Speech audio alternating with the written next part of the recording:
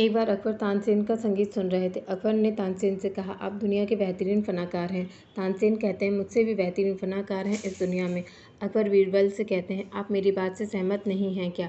बीरबल कहते हैं, जैसा तानसेन जी ने कहा है, उनसे बेहतरीन संगीतकार हैं इस दुनिया में। इनके गुरु बेहतरीन फनाकार हैं।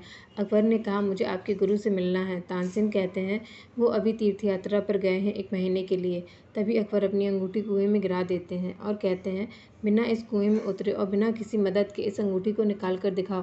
बीरबल कहते हैं, ठीक है, 1 महीने का वक्त दीजिए, मैं इसका उपाय ढूंढ लूँगा। 1 महीने बाद अकबर कहते हैं, आपके गुरु आ गए हैं तो उन्हें बुलाइए महल में।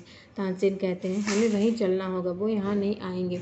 फिर अगली सुबह राजा उनके गुरु से मिलने जाते हैं। तानसेन कहते हैं, आप यहीं झोपड़ी के बाहर रुकिए, अभी वो झोपड़ी से बाहर आएंगे। इसी समय वो संगीत गाते हैं। तभी उनके गुरु झोपड़ी से बाहर आकर संगीत गाते हैं। संगीत समाप्त होने के बाद राजा कहते हैं, आप दुनिया के बेहतरीन फनाकार हैं, आप हमारे महल चलिए, वहाँ आपको कोई तकलीफ नहीं होगी और जब हमारा मन चाहेगा तब हम आपका संगीत सुन सकेंगे।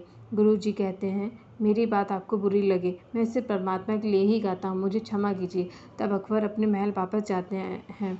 अकबर कहते हैं, ये आपसे बेहतरीन कैसे गा सकते हैं?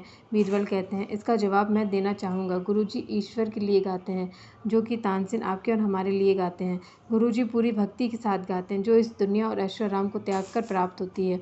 अकबर कहते हैं, हम आपकी बात से सहमत हैं, पर उस चुनौती का क्या हुआ?